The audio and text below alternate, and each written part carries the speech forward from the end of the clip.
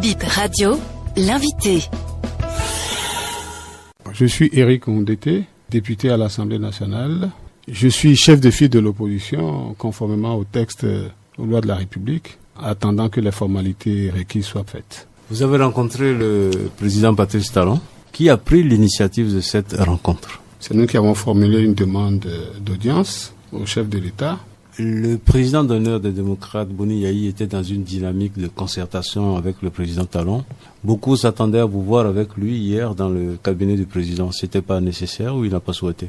Non, c'est pas nécessaire. C'est deux registres différents. Le président d'honneur du parti est un ancien président de la République. Donc, à ce titre, il peut rencontrer le chef de l'État à son initiative ou à l'initiative du chef de l'État, Patrice Talon. Vous dites que vous êtes le chef de file de l'opposition. Est-ce que c'est pas de l'autoproclamation en attendant la prise du décret? Mais est-ce que le président Patrice Talon vous reconnaît comme tel? Je pense que oui. S'il n'a pas pris le décret, je ne sais pas pourquoi. Mais toujours est-il qu'il nous a reçus et nous avons discuté, entre autres, de la question de chef de file de l'opposition. C'est pas de l'autoproclamation. La loi a désigné qui est chef de file de l'opposition. Article 8, le chef de file de l'opposition est le premier responsable du parti ayant obtenu le plus de députés au cours des dernières élections législatives. C'est lorsqu'il n'y a pas de députés de l'opposition à l'Assemblée nationale qu'on peut aller chercher le chef de file ailleurs.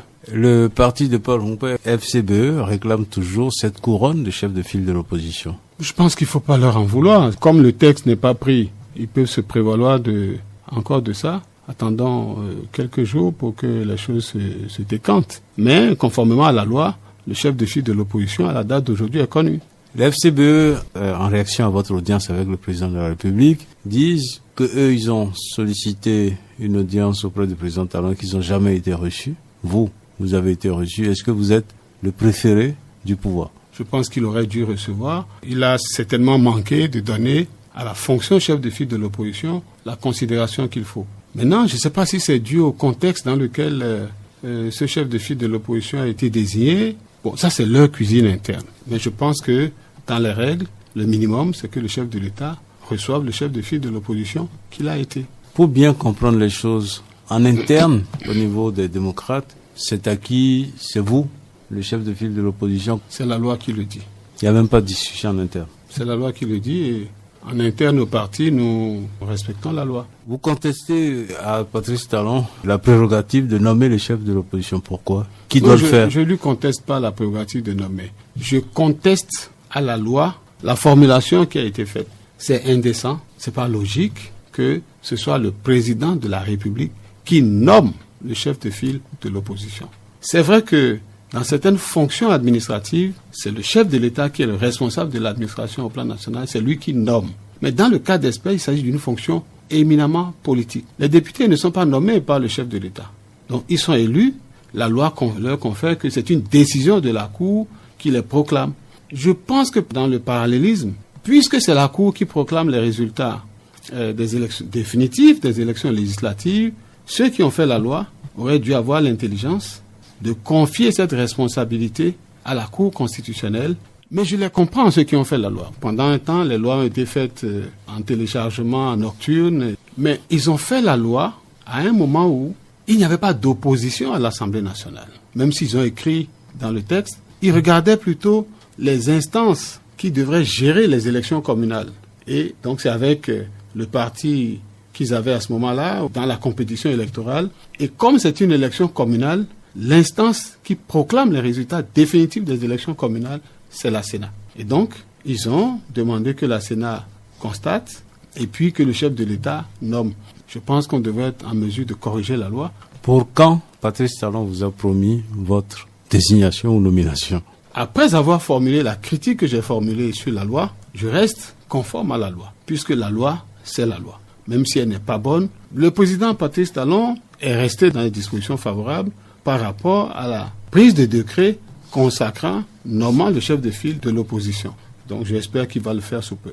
Vous avez aussi dit que ce qui va avec cette nomination, c'est pratiquement rien. Il faut plus. Qu'est-ce que vous réclamez au niveau de ce que vous appelez liste civile et puis attributs? C'est le régime en place avec son Assemblée nationale 8e législature qui a écrit la loi. Et donc, c'est à eux de nous dire vraiment ce que ça signifie. Mais une liste civile, ça signifie que le chef de file de l'opposition a une administration qu'il gère avec du personnel pris en charge par l'État avec des moyens qui permettent à cette administration de fonctionner et de faire la critique de l'action gouvernementale et de faire des propositions alternatives en intelligence avec les autres forces de l'opposition. On n'est pas chef de file s'il n'y a pas une file. Est-ce qu'on ne va pas vous reprocher de demander du confort? Nous ne demandons pas du confort, nous demandons l'application de la loi.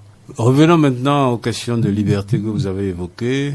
Vous avez évoqué avec le président Leka Madougou, à Ivor, les exilés et ceux dont les dossiers ne sont pas soldés. Qu'est-ce qu'il est possible de faire aujourd'hui? Parce que tout le monde dit que ça passe par une solution politique. Est-ce que vous avez espoir, après avoir parlé au président de la République, que votre proposition de loi d'amnistie est quelque chose qui va aboutir parce que vous êtes minoritaire à l'Assemblée? C'est justement pour ça que nous faisons un certain nombre de démarches. La discussion n'est pas achevée, mais c'est déjà important d'ouvrir la discussion. Depuis que nous avons introduit notre proposition de loi d'amnistie, nous n'avons pas eu encore des discussions avec les collègues du régime. Et nous avons évoqué avec le chef de l'État cette proposition que nous avons faite. Nous espérons qu'ils comprennent la pertinence de notre démarche, qu'ils la partagent avec les siens et que, à l'Assemblée nationale, nos collègues marchent avec nous pour une